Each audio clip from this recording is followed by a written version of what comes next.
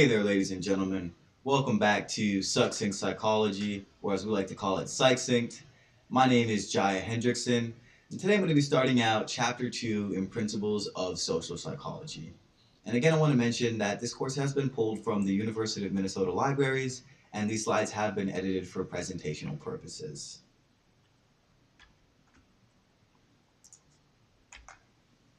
Alright, so Chapter 2 is going to involve social learning and social cognition. And a primary focus of this chapter is going to be on one of the three ABCs. And the ABCs are the affect, behavior, and cognition that we covered in Chapter 1. So a big focus of this chapter is going to be on the ways people learn and judge other people, also known as social cognition.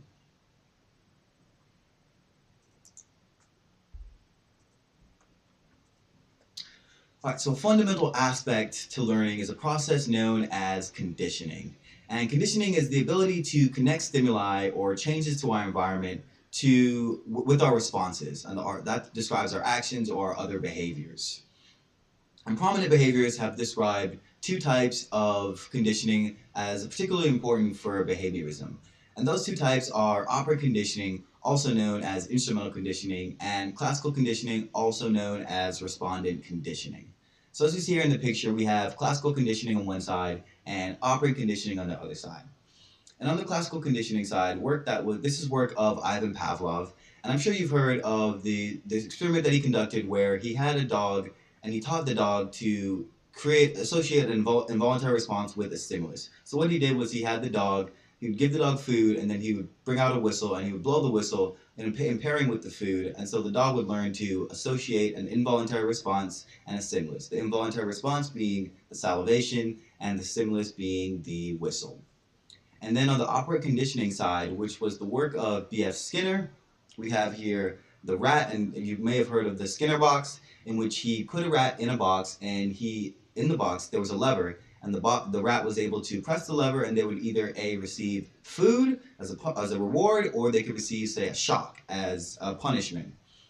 So what Skinner did was he taught this mouse to associate a voluntary behavior and a consequence. The voluntary behavior being the pressing of the lever, and the consequence being either the food or the shock. Now, when these forms of conditioning are applied to human behavior, they're commonly known as operational learning and associational learning, respectively. Now, operant learning is the principle that we learn new information as a result of consequences of our behavior. So according to operant learning principles, experiences that are followed by positive emotions, so things such as reinforcements or rewards, are likely to be repeated, whereas experiences that are followed by negative emotions, so things such as punishments, are less likely to be repeated. So in operant learning, the person learns from the consequences of his or her own actions. So how do we know what behaviors are appropriate in a given social situation? Well, we learn in part because we've been positively reinforced when we engage in appropriate behaviors and negatively reinforced when we engage in inappropriate behaviors. Now, associational learning occurs when an object or an event comes to be associated with a natural response, such as an automatic behavior or a positive or negative emotion.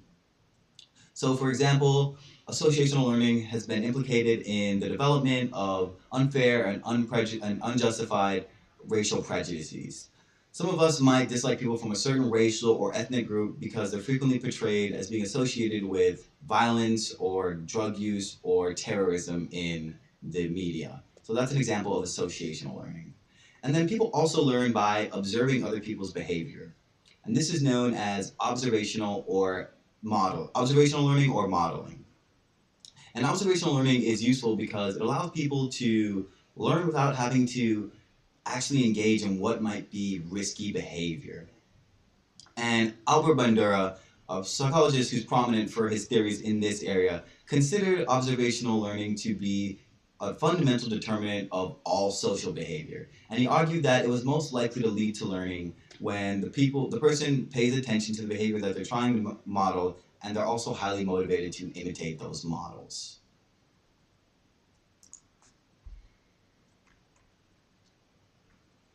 Alright, so one outcome of our experience is the development of mental representations about our environment.